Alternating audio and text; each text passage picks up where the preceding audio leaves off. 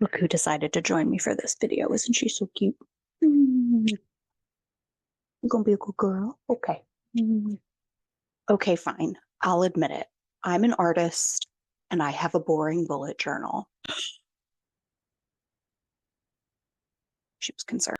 Hi, I'm Jess from The Loopy Lefty, and welcome to another video about my boring ass bullet journal. Even though I'm an artist, my bullet journal is purely functional. I treat it like one long running to-do list.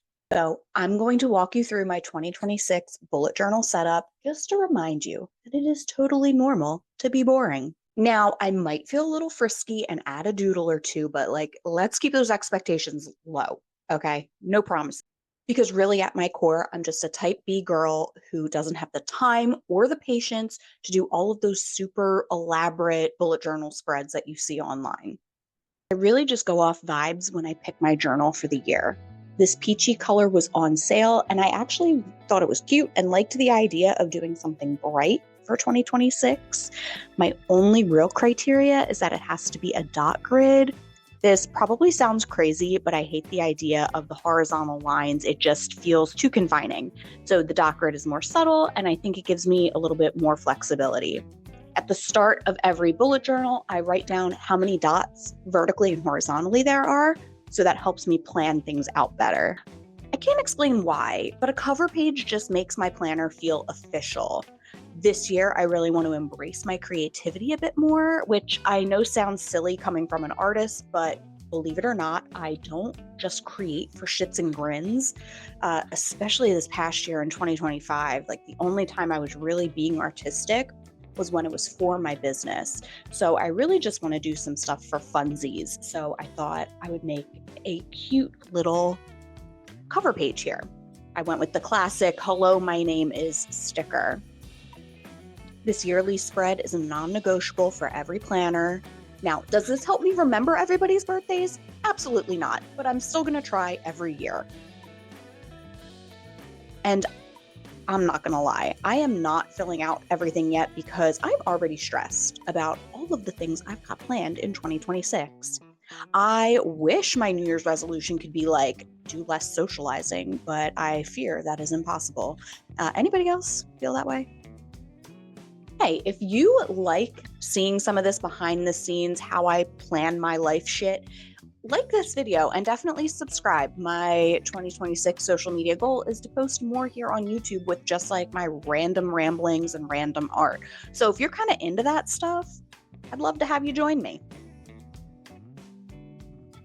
Every year, I like to come up with some long-term goals that are just something that will span me the full 12 months. Clearly, I think I'm crazy because I added 9 categories. I don't know who the hell I think I am. I could really only come up with 4 categories. I have personal goals, fitness, social media, and business. And that's it for all of the yearly stuff.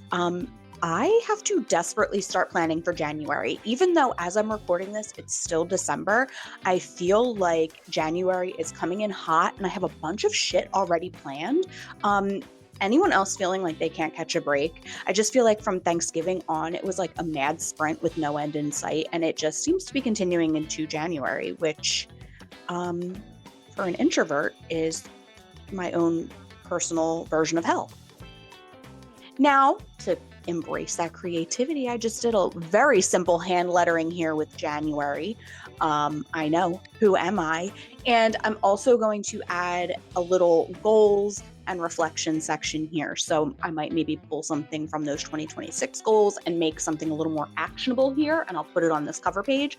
And then at the end of the month, I'll think how well did I do?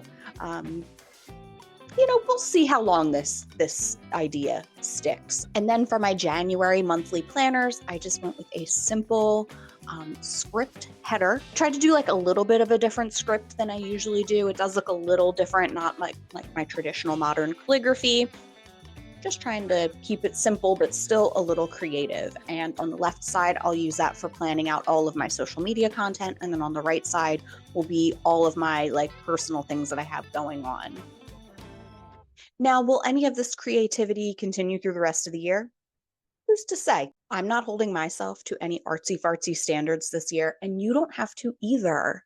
Make your bullet journal or your planner work for you, and don't let any overachiever Pinterest types peer pressure you into these extra elaborate planners. They're not necessary. Trust me. I hope you all have a great year, and I'll see you in the next one. Bye.